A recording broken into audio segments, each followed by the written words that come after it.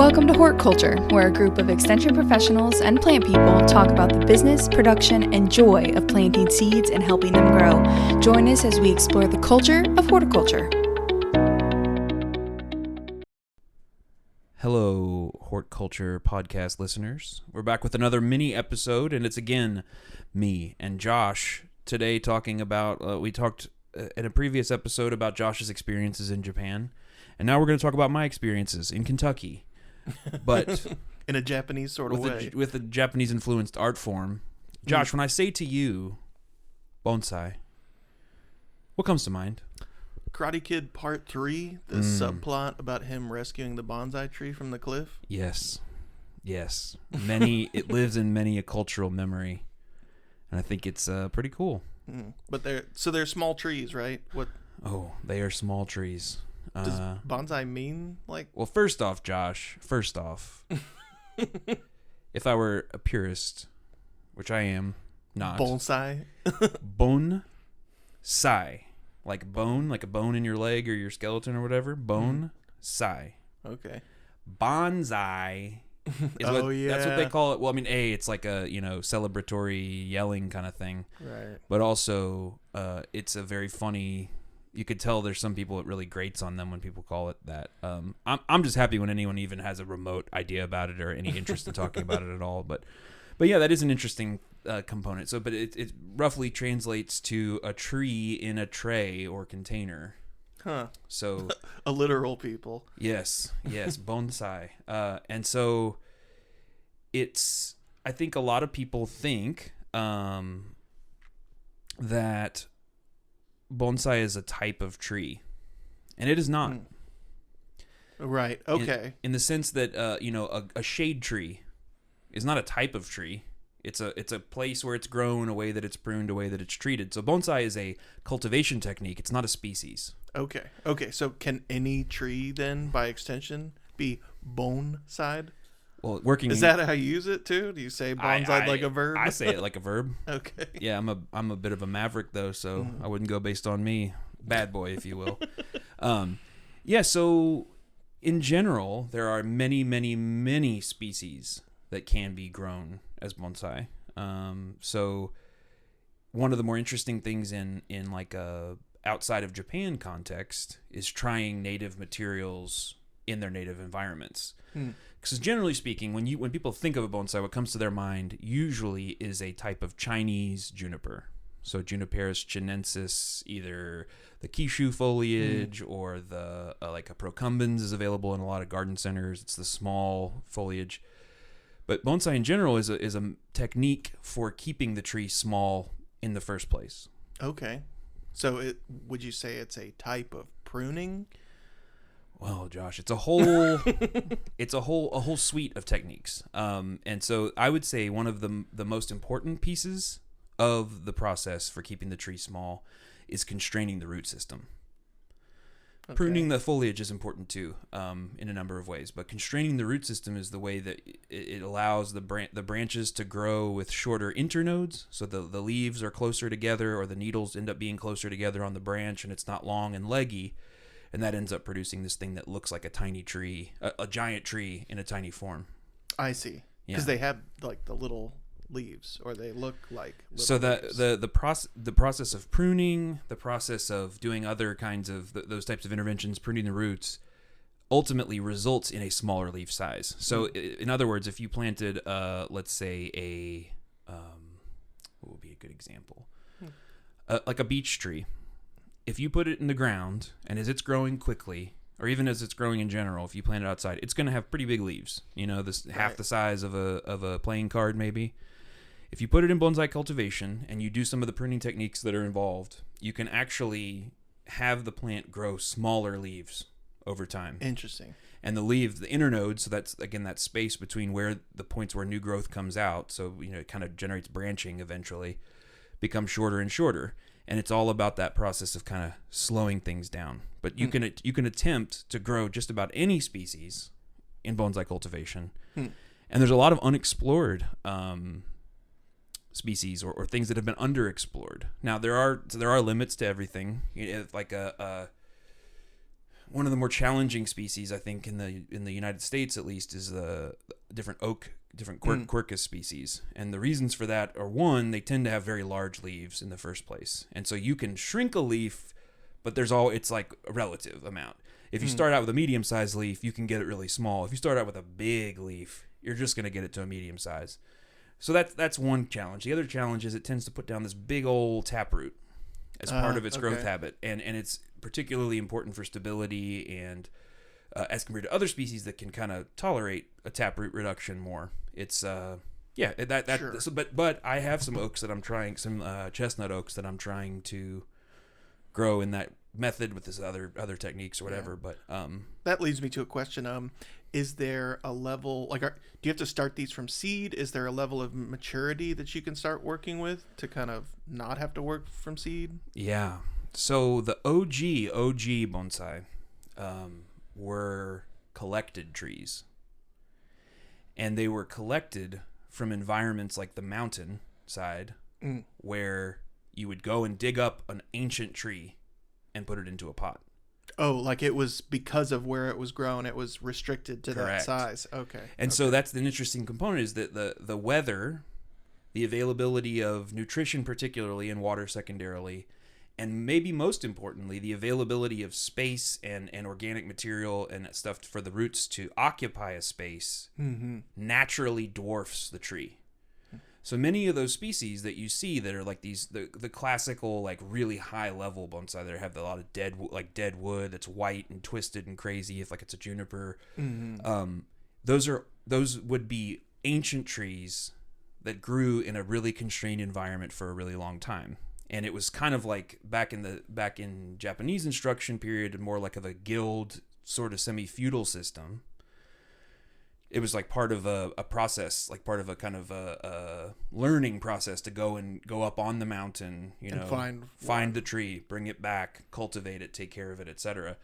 And so that's like the origin of a lot of the bonsai cultivation, was to take this natural thing and put it into a pot in a cultivated environment. And keep it alive, style it, do all those things. Now, so since then, that wild material is called yamadori in Japanese. Yama means mountain. There you go. Dory, famously from Finding Nemo. Right.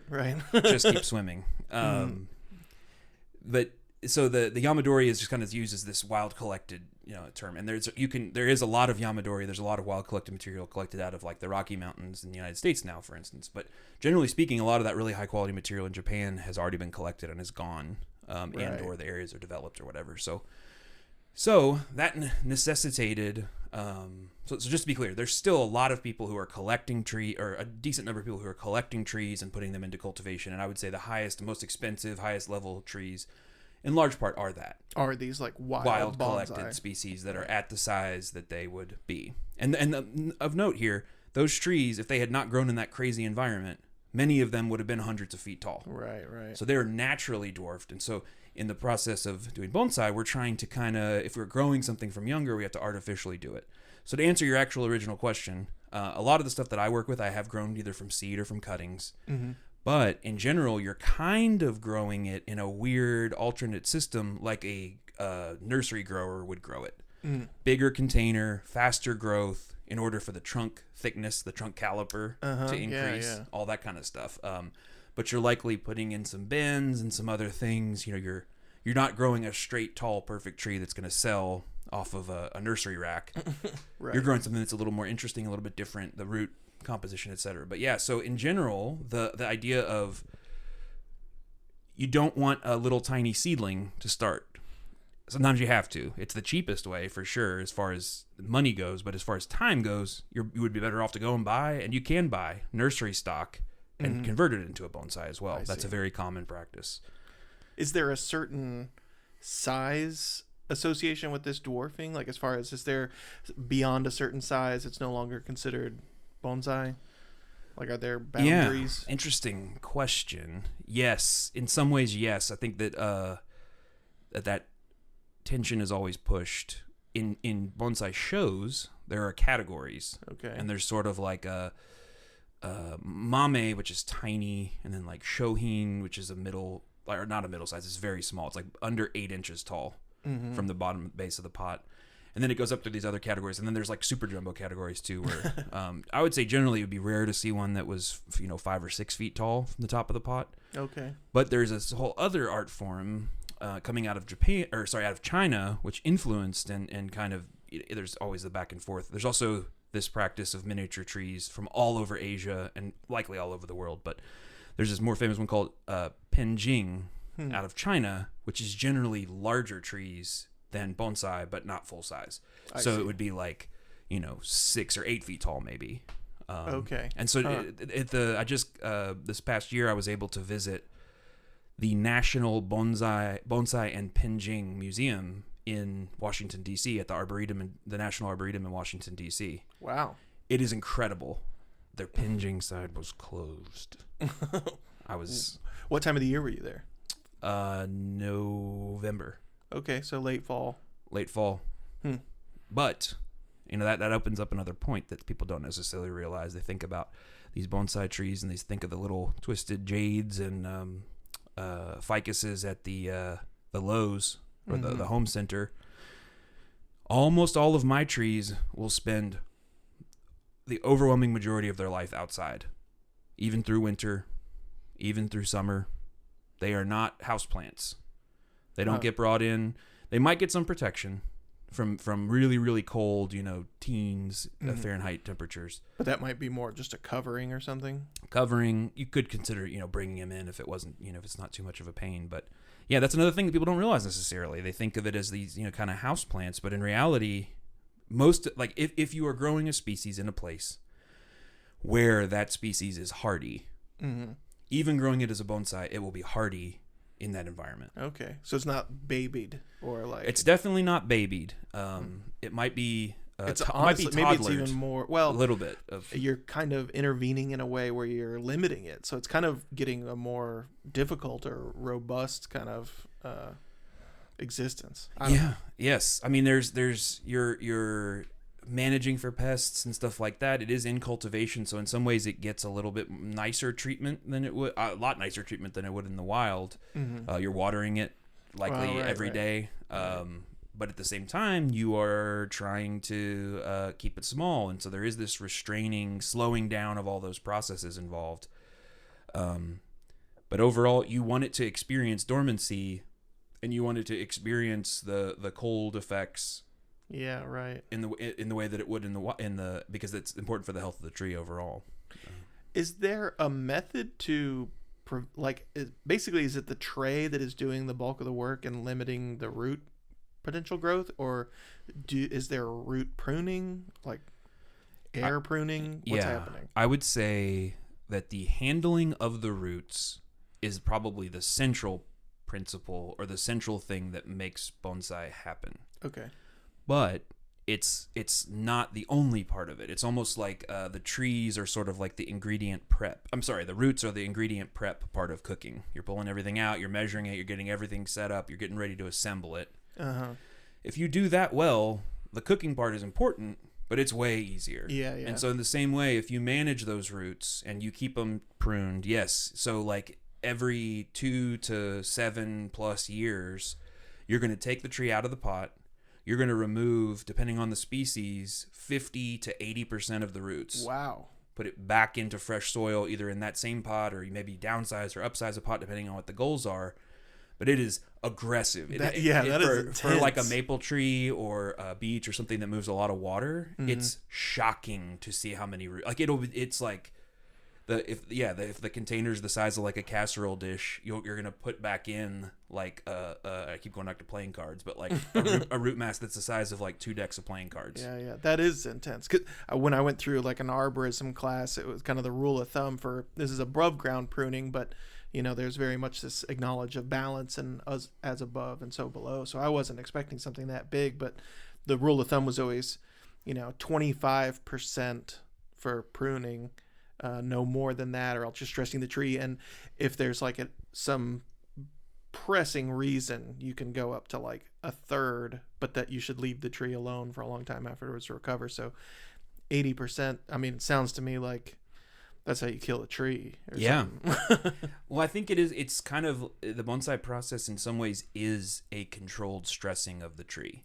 Yeah. Because if you look at the responses that it gives, things like short internode length, things Mhm. like smaller leaves, things like slowed growth, Yeah. all of those are in a sense stress responses. Right. Yeah. You know? Because there's the same amount of, it's a much more dense amount of compartmentalization that's still happening. Totally. Yeah. Yeah. And the other interesting component of that is that it's not like putting a tree in the ground where it can grow as large as the roots want to. Mm-hmm. So like you're constraining even how far it can get, like how big the root ball can get in the first place, starting from a really heavily trimmed back, thing. And so, but the interesting thing is, when I was in DC, I saw a tree, a Japanese white pine, Pinus parviflora, that has been in continuous bonsai cultivation since the 1600s.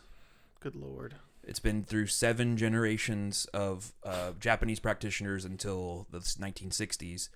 It survived Hiroshima. Wow. And then was given to the United States in the 60s and or the 50s or 60s in kind of the post-war period as a very conflicting, for me at least, conflicting sign of friendship and right. Very, very Reconstruction. A fascinating timepiece. But in other words, if you can take care of a tree in bonsai cultivation, it will likely outlive some of its contemporaries in the world, like out in the world. Right. And it will almost certainly if you're doing well, it will almost certainly outlive the practitioner taking care of it. Which is like, it's like having a parrot or something, Yeah, like, this is going to live to be 150 years old, or a tortoise. Yeah, that's intense. I mean, that 400 years for a cultivated tree is like pretty wild, especially for one that's so stressed. That made me think of when I was in Japan. When I went to the island of Yakushima, there were these really large trees, and I managed to see a tree there that was 7,200 years old. Wow. But yeah, it wasn't being bonsai'd. It was just protected in now it's a UNESCO World Heritage Site, temperate rainforest kind of thing. And I'll say, one of the things that is important to realize is that, or emphasize, I think, is that a lot of the interventions happen at very specific times of year to try and, in the same way that we know about pruning in the spring, or we know about transplanting, if it's going to be really hot, you don't want to transplant, that sort of thing. So there are aspects of seasonality to the interventions that allow the tree to not be as stressed, or to at least, weather these changes as smoothly as possible. Because like a lot of these trees, you'll see them, you do a repot and it will just flush out like it normally would. And it looks totally happy. Maybe the leaves are smaller, maybe there's fewer leaves, but it's not like looking chlorotic or wow. Drooping or shedding even branches wilted or anything. No, that's wild. That's insane to me. It's very, very cool. And I think one of the things that is important to realize too is that the process of moving it into a bonsai container, or its final container, for instance, is gradual in many cases. So you're going to go from a nursery container, or collect it out of the wild or whatever and put it into a recovery box. Then you're going to take it out and you're going to move it into a oversized, large bonsai container. Okay. Another part of this that I won't go into too deeply because people don't care that much about it, but the media particles in the bonsai industry, they refer to it as soil, but we all know as Hort Culture listeners why I reject the premise of media components like pumice and lava being considered soil. Substrate. Soil. Yeah, substrate, media. But there's specific types of media that are used in this type of cultivation to try to cultivate small fibrous roots. And so as you transition from a nursery mix, that peat heavy thing that for starting your vegetables or buying something from the nursery, as you transition from that into this more aggregate based, open structure, less organic material, that's also part of the transition. I see. And you're fertilizing the trees, you're providing that kind of stuff. There's all kinds of stuff about cultivating biology within the container and all that fun stuff. But all that to say, it's not like you take it out of the natural environment, prune all the roots off, and then put it in the pot. That first repot, you might be less severe. And over time, the trees do seem to adapt to that environment in a way that allows them, like the first repot's going to be the most stressful. most stressful. By the time it gets to the 10-3 pot, it's used to this kind of treatment and regrowth and all that kind of stuff. And it does seem in general that people who've been doing it for that long see that kind of response. So it's very cool. I think I just want to emphasize, we talk about the horticulture of it, but it's this really very important art form for a lot of people, including me. And I just like sharing about it and talking about it. I think it's really cool, and learning about it. Obviously, I've spent a lot of time learning about it. But yeah, real neat. They look, I mean, they're very like enchanting to look at. Yeah, there's something very, very cool about it. But anyway, well, this is another one of our little mini episodes here. Hopefully you enjoyed that little dive into my obsession. Appreciate Josh asking all the right questions. But that's what I do. if you want to check us out on Instagram or get in touch at Hort Culture Pod. If you want to email us, it's hortculturepodcast@l.uky.edu via email. And I'll again do my best, Alexis, to say, as we grow this podcast, we hope that you'll grow with us. Take care.